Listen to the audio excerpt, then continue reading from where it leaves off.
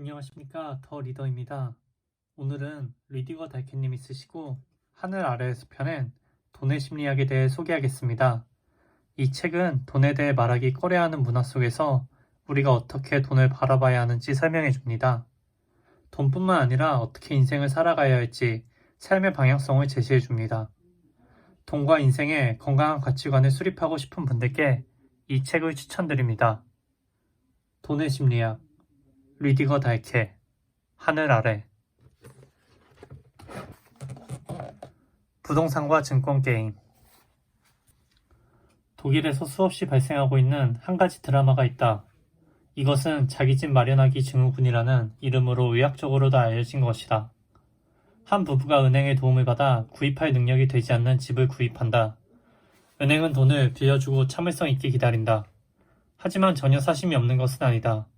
부부는 10여 년 동안 여러 번에 걸쳐 집값을 상환해야 한다. 그 집이 유일한 인생의 의미인 경우 오랫동안 상환금을 지불하지 못하면 부부는 많은 경우 위기에 빠지게 된다. 이혼 후에 그들은 여러 번에 걸쳐 상환금을 지불한 집을 헐값에 내놓아야 한다. 그러면 이전에 돈을 빌려줬던 은행이 다시 그 집을 사들여서 다시 판매한다. 행운이 따른다면 은행은 다시 재정적인 능력을 갖춘 부부를 발견하게 될 것이다. 베르톨트 브레이트는 그로부터 영감을 받아 다음과 같이 말했다. 그런 식으로 재산을 불리는 은행을 터는 것이 왜 문제인가? 대극의 법칙을 따른다면 재정적으로 자립을 원하는 사람들에게 진정한 도움을 줄 수 있는 것은 노벨상 수상자인 유누스가 만든 그라민 은행일 것이다. 물론 은행의 모든 문제를 전가하는 것은 도움이 안 된다. 은행은 게임의 한 부분이다. 그 게임이 투명하고 합법적이라는 제2의 관점을 취하면 속았다고 생각하면서 스스로를 속이고 있다는 환멸에 빠지지 않을 수 있다. 부동산의 가치는 수요와 공급에 따라 결정된다. 부동산의 가격은 중장기적으로 보면 항상 오르게 되어 있다. 땅과 대지가 점점 더 비싸지기 때문이다. 이들에게 최악의 파산은 법정 파산, 즉 저택이 국가에 의해 강제로 경매에 붙여지는 것이다. 그리고 나면 은행에서 빌린 나머지 빚을 상쇄시켜야 한다. 이미 불입한 상환금은 집의 소유자가 갖는다. 이것은 부부 사이의 분쟁만을 야기한다. 하지만 은행은 그에 대해 아무것도 해주지 않는다. 보통은 자율경매가 진행된다. 부동산 업자를 통해 가격은 시장에서 중립적으로 결정된다. 이 같은 게임을 제공한 은행이 없었다면 많은 사람들이 자기 집에 대한 욕구를 실현시키려 하지 않았을 것이다. 소득 수준이 더 좋은 사람들의 관점에서는 부동산 게임은 더할 나위 없는 만족스러운 게임이다.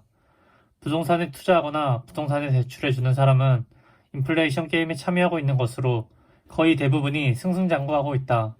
한번 계산을 해보자. 나는 75원에 은행 융자를 받아 100원의 집을 구입하여 30년간 유지한다. 2%의 인플레이션이 유지되면 거주비, 집값 등 모든 게 점점 비싸진다. 복리로 계산하면 집의 값어치도 160원이 된다. 인플레이션까지 감안하면 180원까지도 될 수 있다. 대출금에 대해 이자만을 상환하고 원금을 변상하지 않는다면 은행 빚은 계속해서 75원에 머물 것이다. 결국 나는 25원의 투자로 80원이 넘는 수익을 올리는 것이 된다. 이렇게 해서 그렇게 많은 부동산 부자들이 생겨난 것이다.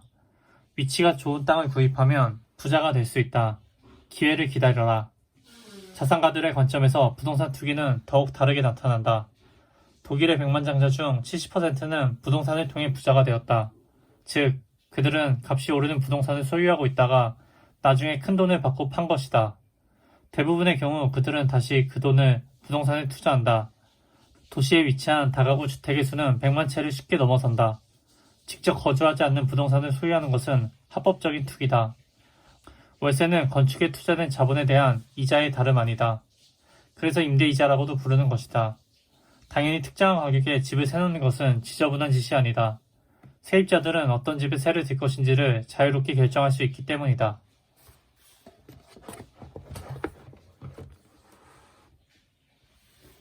돈의 심리학 리디거 달캐 하늘 아래